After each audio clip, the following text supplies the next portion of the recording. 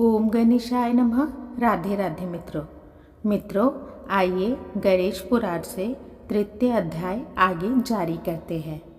अध्याय का विषय है वेद व्यास की बुद्धि का भ्रमित होना कैसे। हे महाराज, श्री गणेश आदिदेव हैं, इसलिए समस्त कार्यों में गणेश जी का प्रथम स्मरण करने की परिपाटी प्राचीन काल से चली आ रही है। किंतु महर्षि वेदव्यास जी अपनी पुराण रचना के आरंभ में भगवान गणेश्वर की वंदना करना भूल गए। उसके फलस्वरूप उनकी स्मरण शक्ति क्षीण होने लगी। वे अनेक मुख्य बातों को भूल जाते। बहुत याद करने पर भी अनेक बातों में उन्हें सफलता ना मिल पाती।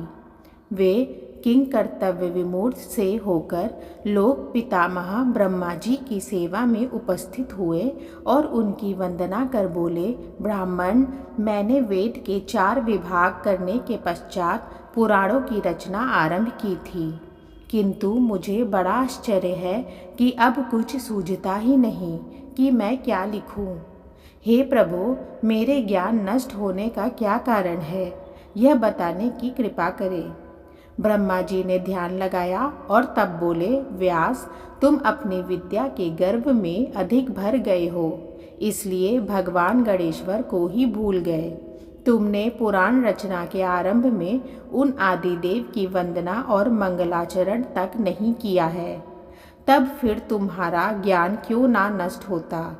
अब तुम गणेश जी को ही प्रसन्न करो। व्यास जी को अपनी भूल का ज्ञान तो हो गया, किंतु उन्हें गणेश जी के विषय में अभी कुछ भी स्मरण नहीं आया। इसलिए उन्होंने विनय पूर्वक ब्रह्मा जी से पूछा, प्रभो, मुझे गणेश जी के विषय में कुछ भी ज्ञान नहीं है। आप बताएं कि गणेश जी कौन है, उनका स्वरूप कैसा है, उनके चरित्र की विशेषता क्या है। ब्रह्मा जी ने कहा, सत्यवती नंदन, गणेश जी तो सर्वाधिक प्रसिद्ध एवं महामहिम परातत्पर ब्रह्म है। आगम शास्त्र में उनके 7 करोड़ मंत्र उपलब्ध है। उनमें षट्क्षरी और एकाक्षरी मंत्र अधिक सरल है। जो उनकी उपासना करने वाले भक्त हैं, उनके दर्शन करने से भी समस्त विघ्न नष्ट हो जाते हैं। एक बार शिवजी ने उनकी स्थापना विधि पर प्रकाश डाला था, उसे मैं तुम्हें कहता हूँ।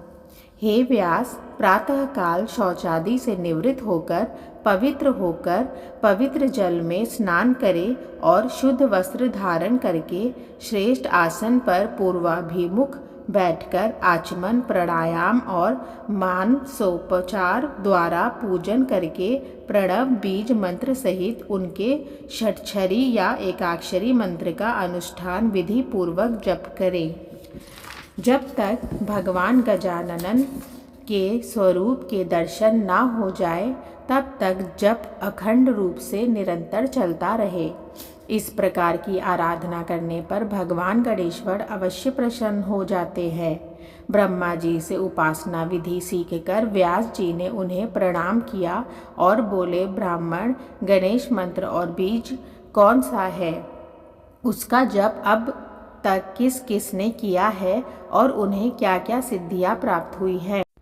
ब्रह्मा जी ने कहा, हे व्यास, श्री गणेश्वर ओंकारमय है। समस्त वेद उन्हीं का गान करते हैं। प्रणव समस्त मंत्रों का बीज है और उनके द्वारा भगवान गजानन का ही जप या स्तवन होता है। अकेले प्रणव की ही बड़ी महिमा है। उसी का जप करके देवता, मनुष्य, ऋषि, मुनि आदि सभी अपने अपने अभीष्ट की सिद्धि कर सकते हैं। व्यास जी बोले, इसे कुछ विस्तार से समझाकर कहिए। गणेश जी की महिमा के विषय में मेरी जिज्ञासा बढ़ती जा रही है। हे पितामह, मुझ पर कृपा कीजिए। मित्रों, इस प्रकार आज गणेश पुराण से तृतीय अध्याय यहीं पर रोकते हैं। अगले वीडियो में फिर आगे का अध्याय जारी करेंगे। तब तक के लिए राधे राधे।